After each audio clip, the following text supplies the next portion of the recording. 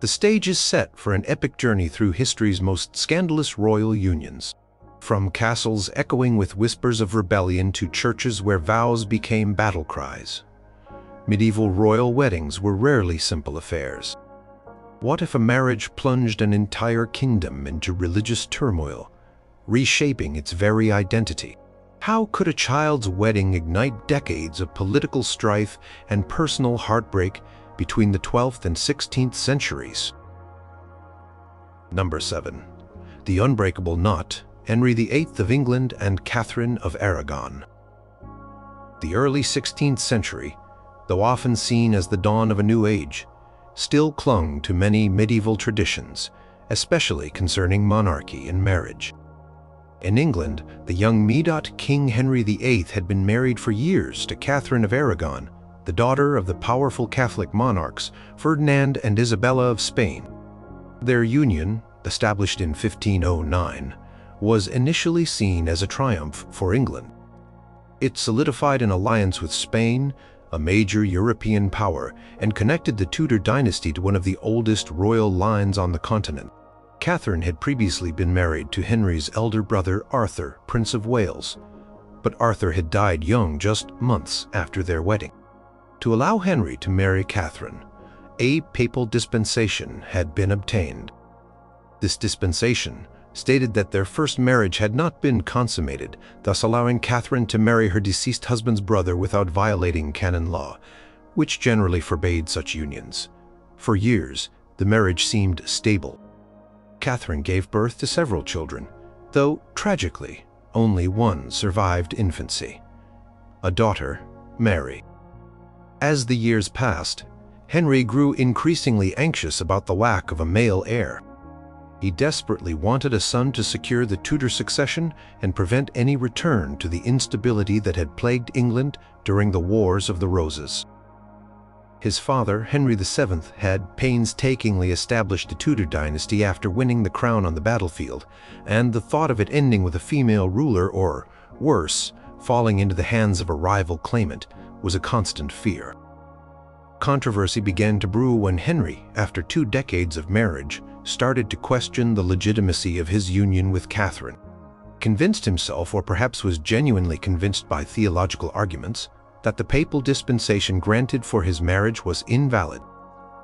He found biblical passages, particularly from the book of Leviticus, which stated that a man should not marry his brother's wife, and if he did, they would be childless. Despite Catherine having children, Henry interpreted childless as lacking a surviving male heir. He came to believe that his marriage to Catherine was incestuous in the eyes of God, and that his inability to produce a healthy son was divine punishment for this sin. This sudden theological conviction coincided with his growing infatuation with Anne Boleyn, a lady-in-waiting at Catherine's court. Anne was intelligent, spirited, and refused to become the king's mistress, insisting on marriage and legitimacy for any children they might have. Henry saw in Anne the potential for the male heir he so desperately desired, and her firm stance on marriage only intensified his resolve to annul his existing union. The pursuit of the annulment became an obsession for Henry. He tasked his chief minister, Cardinal Thomas Wolsey, with securing the annulment from the Pope. This was no easy feat. Pope Clement VII was in a precarious position. Rome had recently been sacked by the troops of Charles V, the Holy Roman Emperor, who happened to be Catherine of Aragon's nephew. Charles V was incredibly powerful and would never allow his aunt to be publicly dishonored and cast aside, especially not by a king seeking to marry another woman. The Pope, essentially a prisoner, or at least heavily influenced by Charles V, could not afford to offend the emperor.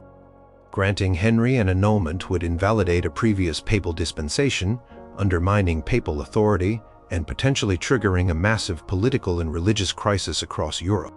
Despite Wolsey's tireless efforts, the Pope stalled, delayed, and ultimately refused to grant the annulment. Henry's frustration mounted. He felt betrayed by Wolsey, and increasingly by the Pope himself. The legal proceedings dragged on for years, becoming a public spectacle. Catherine, for her part, refused to accept the annulment. She steadfastly maintained that her first marriage to Arthur had never been consummated, and therefore her marriage to Henry was valid in the eyes of God and the Church. She appealed directly to the Pope, earning the admiration of many for her unwavering dignity and courage in the face of immense pressure from the king. As the stalemate continued, Henry's advisors, particularly the ambitious Thomas Cromwell and the reform-minded Archbishop of Canterbury, Thomas Cranmer, began to suggest a radical solution. If the Pope would not grant the annulment, and perhaps the King of England should simply declare himself the supreme head of the Church in England, this idea, revolutionary and daring, began to take root in Henry's mind. The year 1532 saw Henry secretly marry Anne Boleyn, despite his marriage to Catherine still being officially valid in the eyes of Rome. Anne was already pregnant, increasing the urgency of the situation. In 1533, Archbishop Cranmer, now loyal to Henry's new vision for the Church, declared Henry's marriage to Catherine null and void, and his marriage to Anne legitimate. The reaction was seismic. Many traditionalists, and those loyal to Catherine, were horrified by the king's defiance of papal authority and his abandonment of the queen who had served England faithfully for so long. Pamphlets and sermons condemned the new marriage and defended Catherine's honor. However, there were also those who welcomed the break from Rome, seeing it as an opportunity for reform within the Church and a chance for England to assert its independence from foreign ecclesiastical control. The long-term consequences of this controversial annulment and subsequent marriage were profound. Henry VIII's actions led directly to the English Reformation, separating the Church of England from papal authority. Monasteries were dissolved, their wealth seized by the crown. Those who refused to acknowledge the king's supremacy, like Sir Thomas More and Bishop John Fisher, were executed, becoming martyrs for their Catholic faith. The religious landscape of England was irrevocably altered, setting the stage for centuries of religious conflict and shaping the national identity. The marriage to Anne Boleyn, initially celebrated as the solution to Henry's succession problem, also proved controversial. Anne gave birth to a daughter, Elizabeth, but failed to produce a son. Within a few short years, Henry grew tired of her, and she was accused of treason, incest, and witchcraft, leading to her execution in 1536. King's desperate pursuit of a male heir would continue through several more wives, each marriage carrying its own set of political and personal controversies, all stemming from the initial explosive attempt to break free from his unbreakable knot with Catherine of Aragon. This period stands as a stark reminder that even in the most rigid of societies, a king's personal desires could trigger a revolution, forever changing the course of history. Historical records and numerous contemporary accounts from ambassadors and chroniclers vividly detail the shockwaves that spread through European courts as word of Henry's drastic measures reached them. The Venetian ambassador, for example, penned extensive dispatches describing the disbelief and outrage among Catholic monarchs. Number 6.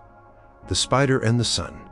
King Mary I of England and Philip II of Spain. The mid-16th century in England was a period of intense religious flux. After the dramatic reign of Henry VIII and the brief Protestant rule of his young son Edward VI, the crown passed to Mary, Henry's daughter, by Catherine of Aragon. Mary, a devout Catholic, ascended the throne with a singular fervent ambition: to restore England to the Roman Catholic Church.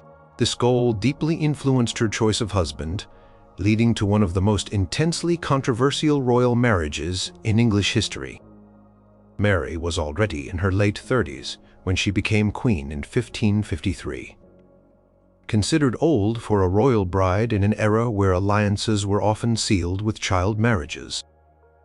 Pressure to secure the succession, especially for a Catholic heir, was immense. Her natural choice would have been an English nobleman, but Mary distrusted the English nobility, many of whom had embraced Protestantism or benefited from the dissolution of the monasteries. She also felt that an English husband might try to control her or compromise her religious agenda. Instead, Mary set her sights on a foreign prince, a decision that immediately ignited a firestorm of opposition. Her Privy Council, Parliament, and English people overwhelmingly favored an English match, fearing that a foreign king would diminish England's independence and drag the country into foreign wars. Among the proposed English candidates was Edward Courtenay, a distant relative of the royal family, who was popular with many, particularly the Protestants, hoping he could be a Protestant counterweight to Mary's Catholic leanings.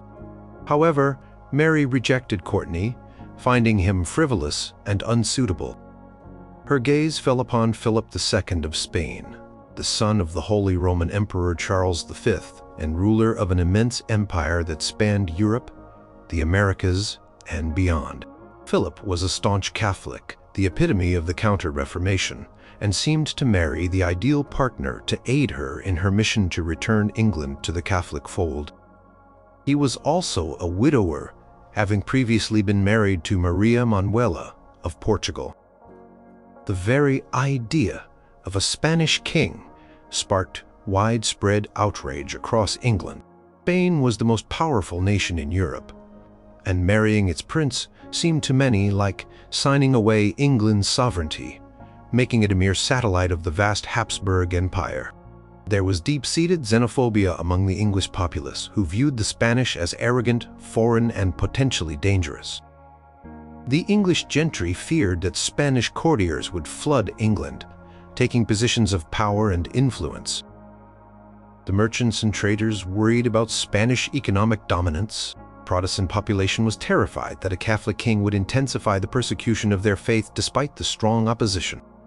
She saw her marriage as divinely ordained and essential for the salvation of England's soul. Negotiations for the marriage treaty were long and difficult, as English politicians desperately tried to include clauses that would protect England's independence. The treaty eventually stipulated that Philip would be King of England only during Mary's lifetime, and he would have no claim to the throne should she die without children. He was not to appoint foreigners to English offices, nor could he take England's jewels or ships out of the country. Crucially, England was not to be drawn into Spain's wars against France, a constant rival. These stringent terms were designed to reassure a wary English public, but many remained unconvinced. The announcement of the impending marriage in 1554 led to widespread unrest. The most significant protest was Wyatt's Rebellion, led by Thomas Wyatt, the Younger, a Protestant gentleman from Kent. The rebellion, though ostensibly aimed at preventing the Spanish marriage, was also fueled by Protestant discontent and a desire to place Lady Jane Grey, who had briefly been proclaimed queen before Mary, or even Princess Elizabeth, Mary's half-sister and a Protestant symbol, on the throne. The rebellion gained significant traction, marching on London, and seriously threatened Mary's reign. She faced it down with remarkable courage, giving a famous speech at Guildhall, rallying the Londoners to her defense. Though the rebellion was ultimately crushed, leading to the execution of Wyatt and Lady Jane Grey, it underscored the depth of public hostility to the Spanish match.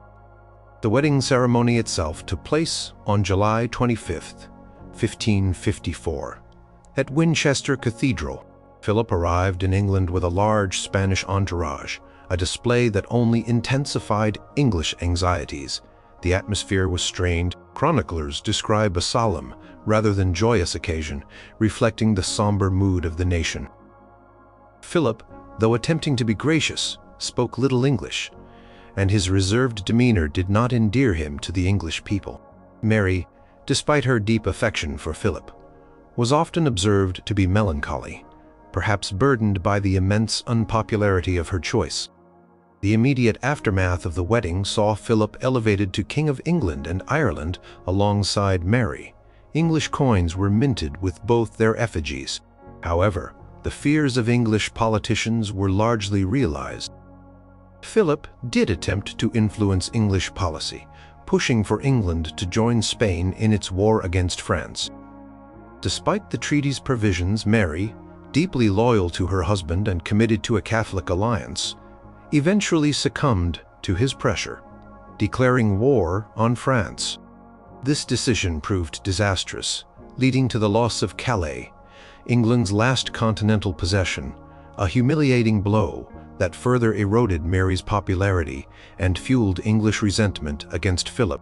Philip spent little time in England, constantly drawn away by the demands of his vast empire. His absences further alienated the English and left Mary isolated and increasingly desperate for a child. Mary suffered 2 phantom pregnancies, a cruel blow to her hopes for a Catholic heir, and a sign to many Protestants that God disapproved of the Spanish marriage. The legacy of Mary and Philip's controversial union was deeply negative for England. It strengthened English Protestantism, as the Spanish alliance became synonymous with Catholic oppression and foreign domination. Persecution of Protestants under Mary, known as Bloody Mary, for the burnings of hundreds of religious dissidents, was directly linked in the public mind to the Spanish influence. When Mary died childless in 1558, her half-sister Elizabeth, a Protestant, ascended the throne. The Spanish marriage had ultimately failed to secure a Catholic succession and had instead inadvertently cemented England's Protestant identity, creating a legacy of Anglo-Spanish animosity that would define international relations for decades, culminating in the Spanish Armada. A detailed account by a contemporary observer, Giovanni Michiel, the Venetian ambassador, paints a vivid picture of the court's apprehension and the public's open disdain for the proposed union, despite official attempts to quell dissent. Number 5. A Kingdom Undone, Mary, Queen of Scots, and Henry Stuart, Lord Darnley. The mid-16th century was a tumultuous time for Scotland, caught between the powerful influences of Protestant England and Catholic France. At the heart of this storm was Mary, Queen of Scots, a figure of captivating beauty and tragic destiny. Having spent her youth in France, married to the Dauphin Francis, who briefly became King Francis II, Mary returned to Scotland a young widow in 1561. She faced a kingdom increasingly dominated by Protestant lords, led by figures like John Knox, who openly challenged her Catholic faith and her French upbringing. Mary's quest for a new husband was fraught with political peril. As a potential heir to the English throne, being Queen Elizabeth I's cousin, and, according to many Catholics, the rightful heir, her marriage choice was a matter of intense interest and suspicion in both England and Scotland. A strong marriage could either secure her reign and strengthen her claim or destabilize everything. The man Mary chose, Henry Stuart, Lord Darnley, was also a controversial figure. He was a Scottish nobleman, but crucially, he also had a strong claim to the English throne through his grandmother, Margaret Tudor, who was Henry VIII's sister. This meant that Darnley, like Mary, was a great-grandchild of Henry VII. A marriage between Mary and Darnley would unite their claims, producing a powerful and potentially dangerous challenger to Elizabeth I's throne. From the outset, the proposed marriage was a disaster for several reasons. First, it deeply angered Elizabeth I of England, who saw it as a deliberate provocation and a direct threat to her own legitimacy and rule. She viewed Mary and Darnley united as a more potent rival than either individually. Elizabeth sent diplomatic protests and even attempted to lure Darnley back to England, but Mary was determined. Second, Darnley himself proved to be an incredibly unsuitable and arrogant choice. He was handsome and tall, impressing Mary initially, but he was also vain, ambitious, and dangerously immature. Quickly became arrogant, demanding, and resentful of Mary's authority.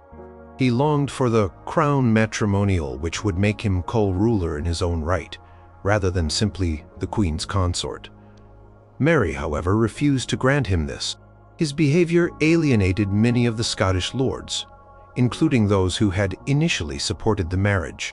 Third, the marriage caused deep divisions within the Scottish nobility. Many Protestant lords, already wary of Mary's Catholicism, feared that the union with a Catholic like Darnley would strengthen her hand and lead to a reversal of the Scottish Reformation. They also resented Darnley's growing influence and arrogance. Powerful figures like James Stuart, Earl of Moray, Mary's half-brother, felt their own positions threatened. Despite the widespread opposition and numerous warnings, Mary pressed ahead with the marriage. She was attracted to Darnley's physical appearance and believed the union of their claims would strengthen her position, perhaps even paving the way for her eventual succession to the English throne. The wedding took place on July 29, 1565, at the Chapel Royal in Holyrood Palace, Edinburgh. It was a Catholic ceremony, a deliberate choice by Mary that further alienated her Protestant subjects. Darnley, despite being nominally Catholic, refused to attend the Catholic Mass, possibly to appease Protestant factions or perhaps simply demonstrating his unpredictable nature. The atmosphere was reportedly tense, overshadowed by the political storm it had unleashed. The immediate aftermath was chaotic. Within days of the wedding, several prominent Protestant lords, led by the Earl of Moray, launched an open rebellion known as the Chaseabout Raid. They cited the Spanish marriage as an attempt to restore Catholicism and Darnley's dangerous ambitions as reasons for their uprising. Mary, demonstrating surprising resolve and military skill, personally led her forces, riding at the head of her troops, and successfully put down the rebellion, forcing the rebel lords to flee to England. However, suppressing the rebellion did not bring stability to Mary's reign, nor did it mend her disastrous relationship with Darnley. Their marriage quickly soured. Darnley's arrogance escalated, fueled by excessive drinking and an insatiable desire for power. He was openly disrespectful to Mary, neglected his duties, and flaunted his affairs. Mary quickly grew disgusted with him. Controversy surrounding the marriage reached its peak with the horrifying murder of Mary's private secretary, David Rizzio, in March 1566. Rizzio, an Italian, had become a close confidant of Mary, leading to rumors that he was more than just a secretary. Darnley, jealous and manipulated by Protestant lords who sought to undermine Mary, brutally participated in Rizzio's murder right in front of the pregnant queen, dragging him from her supper chamber in Holyrood Palace and stabbing him dozens of times. This act was a horrifying violation of the Queen's person and majesty, orchestrated by her own husband, and it shattered any remaining semblance of affection or trust between them. Mary gave birth to a son, James, who would later become King James VI of Scotland and James I of England, in June 1566. This child was the vital heir she had longed for, but his birth did not reconcile his parents. The relationship between Mary and Darnley remained poisonous. Mary began to grow close to James Hepburn, Earl of Bothwell, a powerful and ambitious Scottish nobleman. The tragic culmination of this controversial marriage occurred in February 1567, when Darnley's residence, Kirkle Field, just outside Edinburgh, was blown up. Darnley's body, along with that of his servant, was found in a nearby orchard, apparently having been strangled while attempting to escape the explosion. While the immediate cause of death was strangulation, the explosion of the house made it clear. This was a premeditated murder.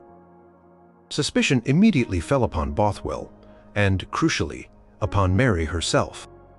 Although Mary was cleared by a rigged trial, public opinion widely believed she was complicit in her husband's murder, or at the very least, knew of the plot and did nothing to prevent it. Mary's subsequent marriage to Bothwell, who was widely considered Darnley's murderer, only confirmed these suspicions and utterly destroyed her reputation. Controversial marriage to Darnley, his arrogance, the murder of Rizzio, and Darnley's own violent end set off a chain of events that led directly to Mary's downfall. She was forced to abdicate the Scottish throne in favor of her infant son James in 1567 and spent the next 19 years imprisoned in England, eventually being executed by Elizabeth I. The reign of Mary, Queen of Scots, a reign defined by tragedy and controversy, began its irreversible descent with the disastrous, ill-fated union to Henry Stuart, Lord Darnley. Contemporary Scottish chronicles, such as John Knox's History of the Reformation in Scotland, offer a strong, albeit biased, condemnation of the marriage and Darnley's character, highlighting the deep religious and political fissures of the time. Number 4. The betrayal of a princess, Edward II of England and Isabella of France. The early 14th century saw the crown of England pass to Edward II in 1307. His reign was marred by political instability, financial mismanagement, and, most controversially, his extremely close relationships with male favorites, particularly Piers Gaveston. This preference for his companions over his barons, and even his own wife, led to deep resentment and ultimately his catastrophic downfall. His marriage to Isabella of France, often called the She-Wolf of France, was meant to solidify peace between England and its long-standing rival France, but it became a personal and political nightmare. Culminates history. The marriage was arranged in 1308, soon after Edward's ascension. Isabella was the daughter of the powerful king Philip IV of France, known as Philip the Fair. She was a young, beautiful, and intelligent princess, barely 12 years old at the time of her wedding. The union was intended to cement a long-desired peace treaty between England and France, resolving territorial disputes over Gascony, the last English possession in France. It was a typical medieval dynastic marriage, a political alliance disguised as a joyous union. Controversy surrounding this marriage did not stem from its political objectives, which were widely supported, but rather from the personal behavior of the groom and the devastating consequences this had for the bride and the kingdom. Edward II's blatant favoritism towards Piers Gaveston, an arrogant and Medat Gascon knight, was already a source of immense friction among the English nobility. The barons resented Gaveston's influence, his contemptuous nicknames for them, and the vast wealth and power the king bestowed upon him. The wedding ceremony itself, held in Boulogne, France, in January 1308, was overshadowed by Edward's infatuation with Gaveston. Chroniclers of the time report that Edward paid more attention to Gaveston than to his new bride, openly showering his favorite with gifts and affection. Isabella, a young girl, was essentially ignored by her husband on their wedding day, a deeply humiliating experience for a royal princess. This early public slight set the tone for their marriage. Upon their return to England, the situation worsened. Gaveston was given precedence over the Queen at court, sitting closer to the king, wearing the royal jewels and receiving exorbitant grants. Isabella, a proud French princess, was deeply offended and felt isolated and neglected. Her letters to her father, Philip IV, expressed her distress and misery. French ambassadors observed the king's behavior with alarm and reported it back to Philip, who was furious at the disrespect shown to his daughter. The French king even temporarily confiscated English lands in Gascony as a form of protest. The English barons, led by Edward's cousin Thomas, Earl of Lancaster, were equally enraged by Gaveston's unchecked power and the king's blatant disregard for his wife and the stability of the realm. They repeatedly demanded Gaveston's banishment, which Edward reluctantly agreed to several times, only to recall him later. This cycle of banishment and recall fueled baronial anger and plunged England into political crisis. Eventually, in 1312, Gaveston was captured by the barons and executed without the king's knowledge, a shocking act of defiance against royal authority. For a time, Isabella tried to make the best of her difficult situation. She bore Edward 4 children, including the future Edward III, securing the succession. She attempted to act as a mediator between her husband and the increasingly rebellious barons, trying to find common ground. However, Edward's inability to learn from past mistakes and his continued reliance on new favorites, like the Despencer family, Hugh, Despencer the Younger in particular, eventually pushed Isabella to her breaking point. The Despensers were even more rapacious and overbearing than Gaveston, seizing lands and power, and further alienating the nobility. Edward's complete devotion to Hugh Despencer meant that Isabella once again found herself marginalized, her lands and even her children's inheritance threatened by Despencer's greed.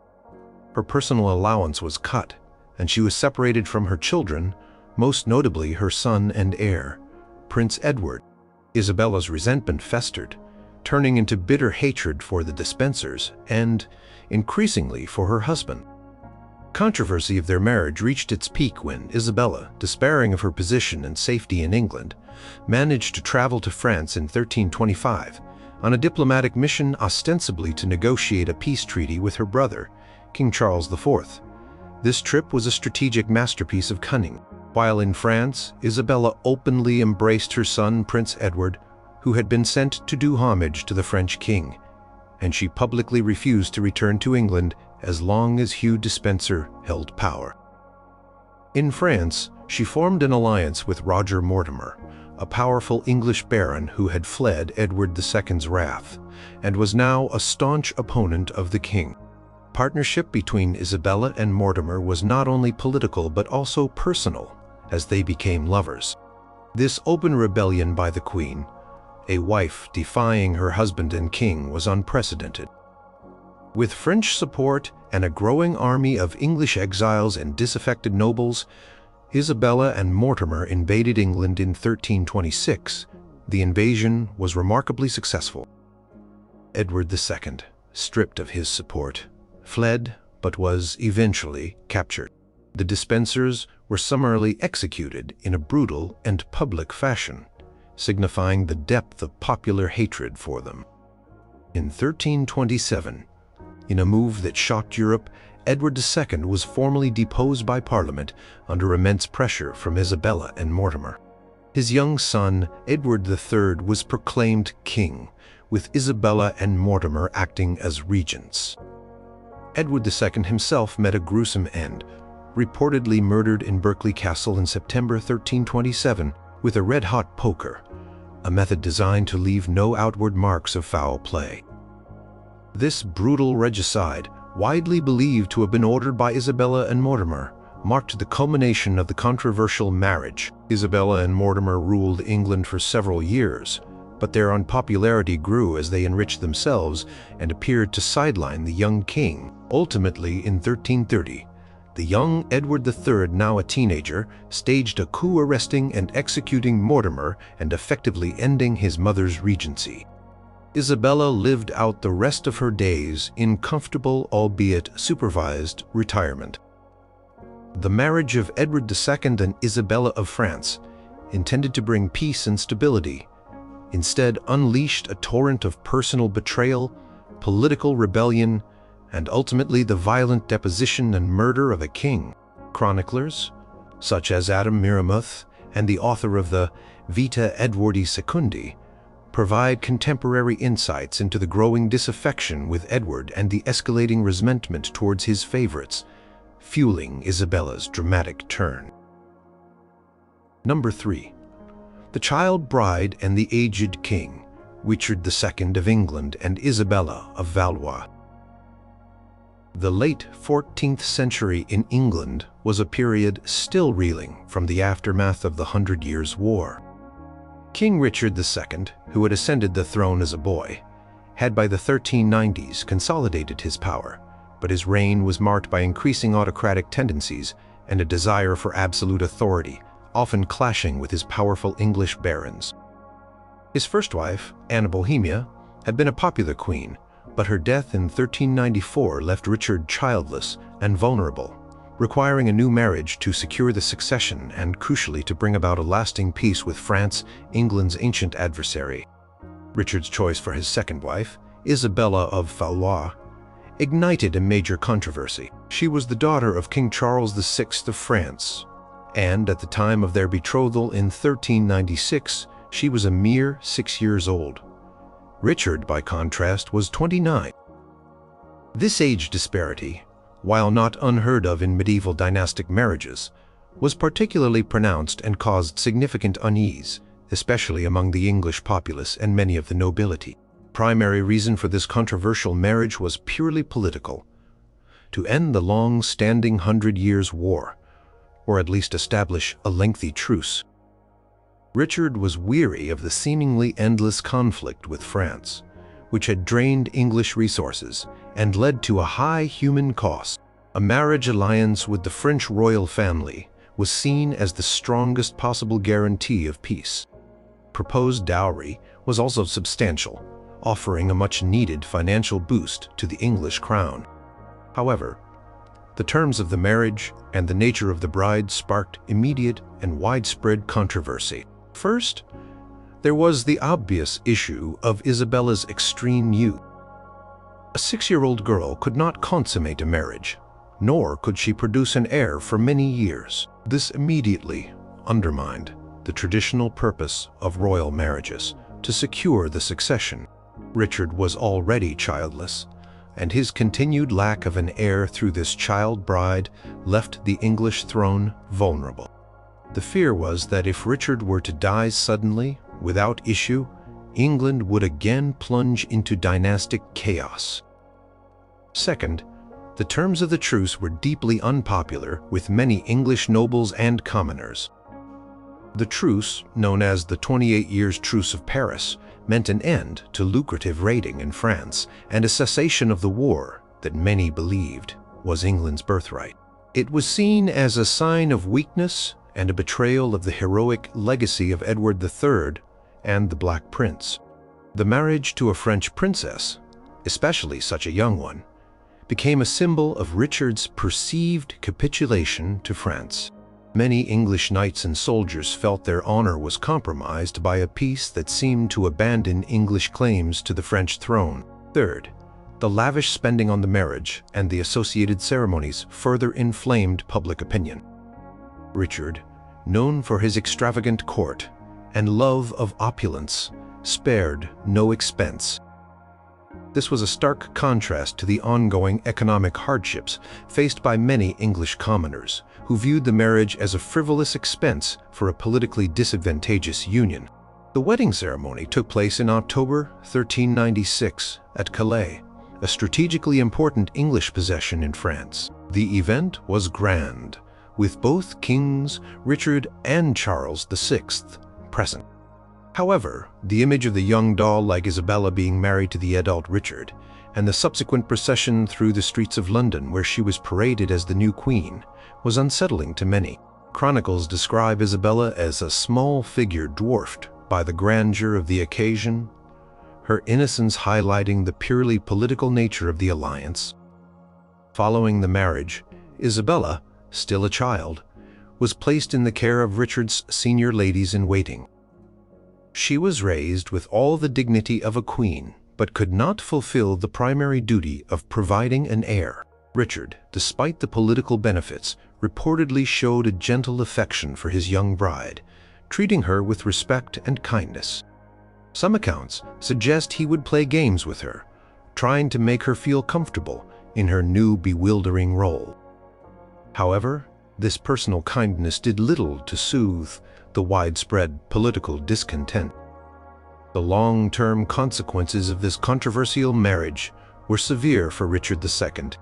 The peace with France, which the marriage symbolized, was deeply unpopular with those who wished to continue the 100 Years' War. It also weakened Richard's standing with his own nobility, many of whom saw his rule as increasingly tyrannical and arbitrary. His continued lack of a male heir, directly attributable to the choice of a child bride, left the succession open to challenge. This vulnerability was ruthlessly exploited by Henry Bolingbroke, Duke of Hereford and Richard's cousin, who had been exiled by the king. When Bolingbroke returned to England in 1399, initially claiming only his rightful inheritance, he found widespread support among the English nobility and populace, many of whom were disaffected with Richard's rule, tired of heavy taxation, and resentful of the French peace. The child bride Isabella became a symbol of a king out of touch with his kingdom's desires. The rebellion swiftly escalated, and Richard II was captured and forced to abdicate his throne in favor of Bolingbroke, who became King Henry IV. This was another unprecedented royal deposition in English history, one that directly stemmed from the volubilities and unpopular decisions of Richard's later reign, of which the marriage to Isabella was a prominent symbol. Isabella, now Queen Dowager at the age of 10, became a pawn in the subsequent political maneuvering. She was initially held by Henry IV, but her family in France demanded her return. Despite efforts to marry her to Henry IV's son, the future Henry V, she steadfastly refused. Eventually, she was sent back to France in 1401, a child who had been a queen, a widow, and a deposed monarch's wife, all before her 12th birthday. Her short, controversial marriage to Richard II, intended to secure peace, instead contributed significantly to the ultimate collapse of his reign and ushered in a new dynastic struggle in England. Chronicles from the period, such as those by Jean Froissart, document the solemnity and political weight of the marriage, while also hinting at the widespread English disgruntlement with the terms of the truce and the age of the bride. Number 2. The Secret Wife and the Papal Decree, Joan of Kent and Sir Thomas Holland.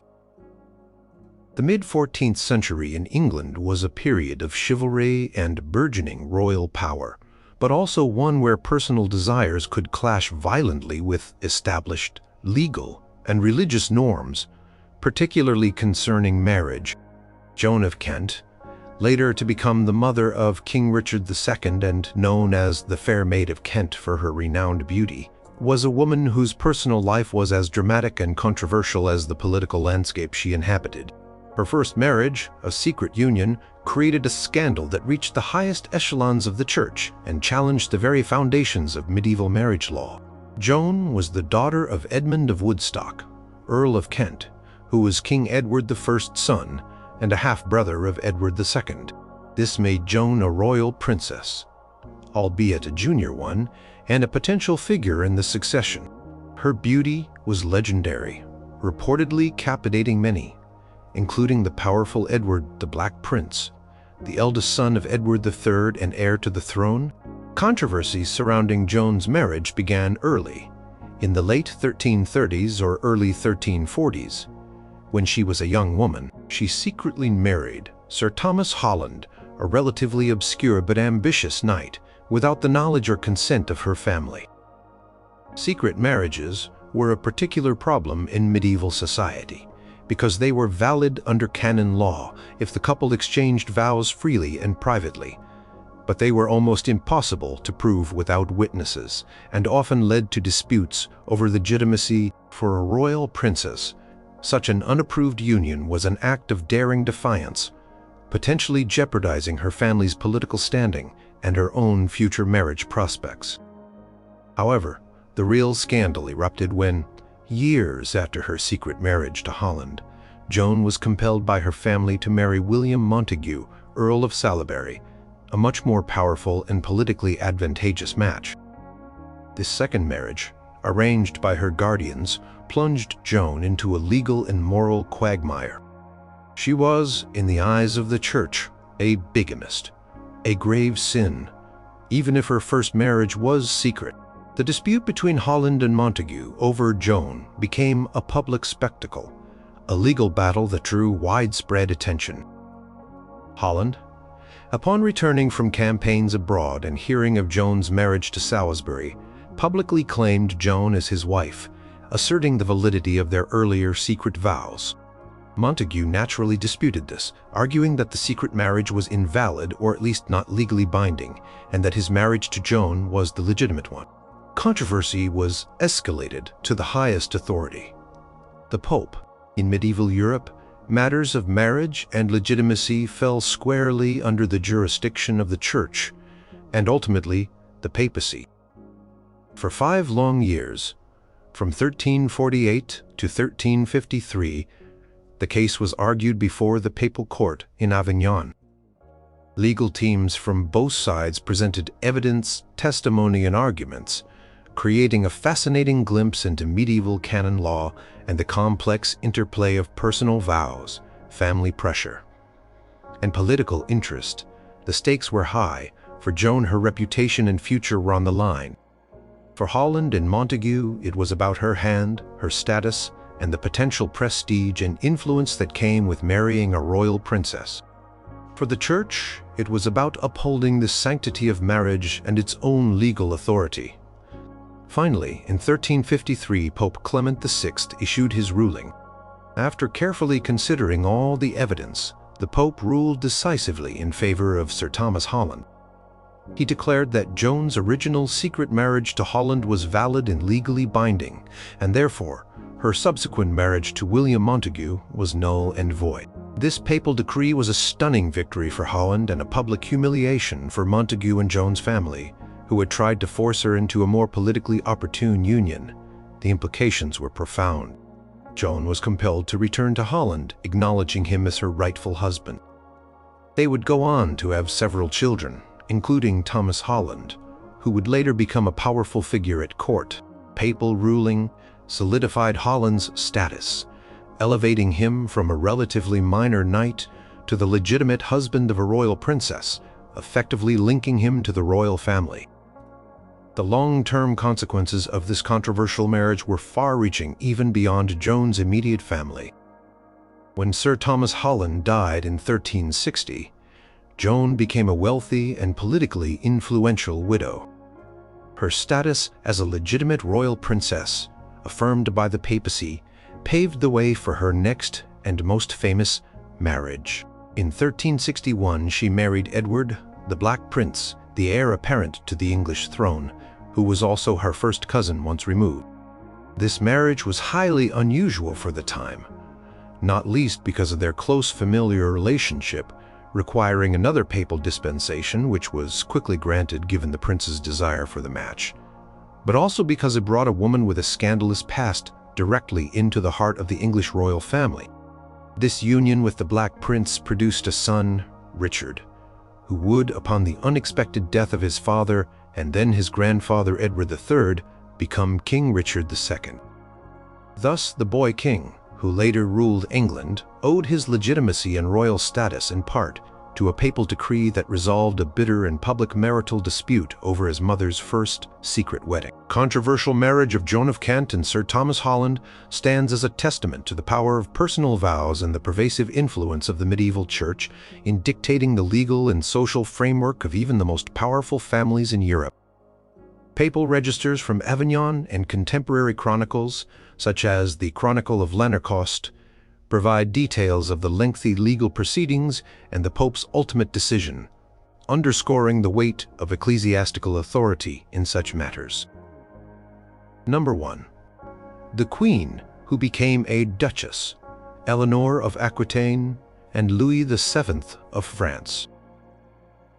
The mid-12th century was a pivotal era in European history, marked by the powerful influence of the Church, evolving feudal loyalties, and the rise of powerful monarchs. At the center of one of the most explosive marital controversies of this period was Eleanor of Aquitaine, one of the most powerful and fascinating women of the Middle Ages. She was a duchess in her own right, inheriting the vast and wealthy Duchy of Aquitaine and Gascony in southwestern France. Her immense lands made her a prized marriage prospect, and her first marriage, to King Louis VII of France, was supposed to solidify the French monarchy's control over a significant portion of its nominal territory. The marriage took place in 1137, when Eleanor was about 15, and Louis, the young king, was 17. It was a politically advantageous union, bringing the immense wealth and territories of Aquitaine directly under the French crown. At first, the marriage seemed successful enough, producing 2 daughters, Marie and Alix. However, over the years, the relationship between Eleanor and Louis deteriorated significantly. Controversy surrounding their marriage stemmed from a fundamental incompatibility of personalities and expectations, which spiraled into public disputes and theological questions.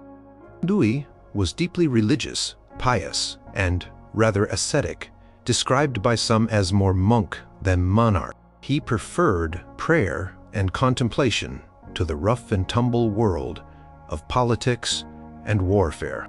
Eleanor, by contrast, was spirited, intelligent, vivacious, and accustomed to the more liberal and culturally rich court of Aquitaine. She loved music, poetry, and tournaments, and she found Louis's pious and somewhat uninspired nature stifling. Their participation in the Second Crusade, 1147 to 1149, only exacerbated their differences. Louis, a fervent crusader, was intent on a religious pilgrimage. Eleanor, however, traveled with her own retinue, including hundreds of Aquitanian knights and ladies, and seemed more interested in the exotic cultures and political intrigue of the Byzantine Empire and the Crusader states. Rumors of her alleged flirtations and even affairs during the Crusade, particularly with her uncle Raymond of Antioch, reached Louis, causing him immense public humiliation and fueling his suspicions. Whether these rumors were true or exaggerated, they deeply damaged their relationship and Louis's standing. Upon their return from the disastrous crusade, the tensions between them became unbearable. Louis desperately wanted a male heir to secure the French succession, and Eleanor had only given him daughters. This added immense pressure to an already strained marriage. The question of an annulment began to be discussed. The legal and religious grounds for annulment in medieval times were complex. A divorce, in the modern sense, was not possible. Annulment, however, could be granted if there was a legitimate impediment to the marriage from its inception, such as consanguinity, being too closely related, or non-consummation. In this case, the grounds for annulment were found in their shared lineage. Eleanor and Louis were fourth cousins, a degree of kinship that technically violated canon law without a papal dispensation, which, in this instance, had been obtained but was now being conveniently overlooked. The decision to annul the marriage was not taken lightly, but it was largely driven by Louis's need for a male heir and his personal disillusionment with Eleanor. Despite her immense lands, Eleanor's strong will and independent spirit made her a challenging queen for a king who desired more control. On March 21, 1152, at the Council of Beaugency, the marriage of Louis VII and Eleanor of Aquitaine was formally annulled on the grounds of consanguinity. Crucially, their two daughters were declared legitimate. This annulment was a massive political gamble for Louis. By divorcing Eleanor, he was giving up control over the vast and valuable Duchy of Aquitaine, a territory that comprised roughly one-third of what is now modern France. Controversy did not end with the annulment. It exploded just weeks later with Eleanor's audacious second marriage. Immediately after her annulment, Eleanor, now a free woman and still one of the wealthiest heiresses in Europe, quickly remarried. Her choice sent shockwaves across Europe. She married Henry Plantagenet, Duke of Normandy and Count of Anjou, who was 11 years younger than her and, more importantly, Louis VII's greatest rival. Henry was a dynamic, ambitious, and highly intelligent young man, a stark contrast to Louis VIII. Their marriage took place on May 18, 1152, a mere 8 weeks after the annulment. The speed of the second marriage, the powerful political alliance it forged, and the age difference between them, though Eleanor was still in her prime, made it incredibly controversial. Suggested that Eleanor had perhaps been planning this all along, or at least quickly seized the opportunity. The most devastating consequence for Louis VII and France was the immediate political reality. Henry Plantagenet now controlled a vast swathe of land that stretched from the English Channel to the Pyrenees, including Normandy, Anjou, Maine terrain, and through his marriage to Eleanor, Aquitaine. Just 2 years later, in 1154, Henry became King Henry II of England. This meant that the King of England now controlled more land in France than the King of France himself. This unprecedented situation created the Angevin Empire, a formidable rival to the French crown. The annulment and Eleanor's subsequent remarriage directly fueled generations of conflict between England and France. Plantagenet kings of England, heirs to Henry and Eleanor, would continue to press their claims on these French territories, leading directly to centuries of Anglo-French wars, including the eventual 100 Years' War. Eleanor herself would play a crucial role in supporting her sons against her husband, Henry II, and later as a powerful dowager queen. The legacy of the annulment was not only political, but also cultural. Eleanor of Aquitaine, freed from the constraints of her first marriage, presided over a dazzling court in Poitiers that became a center of chivalry, troubadour poetry, and courtly love, influencing European culture for centuries. Her controversial separation from Louis VII, initially driven by personal incompatibility and the need for a male heir, irrevocably changed the map of medieval Europe and set the stage for conflicts that would define the continent for centuries. Chroniclers of the time, like William of Newburgh and John of Salisbury, provide insight into the rumors and political machinations surrounding the annulment and Eleanor's swift second marriage, highlighting the profound implications for both the French and English crowns.